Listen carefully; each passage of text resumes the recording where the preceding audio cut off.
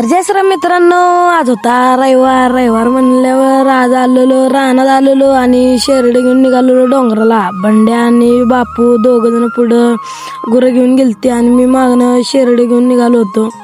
त्यानंतर तिथनं आलो, डोंगरात आलो, डायरेक्ट आलो झऱ्या आलो. तर पक्ष्यांना पाणी प्यायलाही केलं डबडं, ती पाणी भरून बांधलं आणि डायरेक्ट आलो चिनी बोराच्या झाडापाशी. ही बघा चिनी बोरं येतं, याला खात्यात सगळी पक्षी खात्यात, माणसं बी खात्यात. त्यानंतर इथं आलो तर गाया असल्या अडचणीत जाऊन बसलेल्या आहेत ना, कशा तरी बाहेर काढल्या.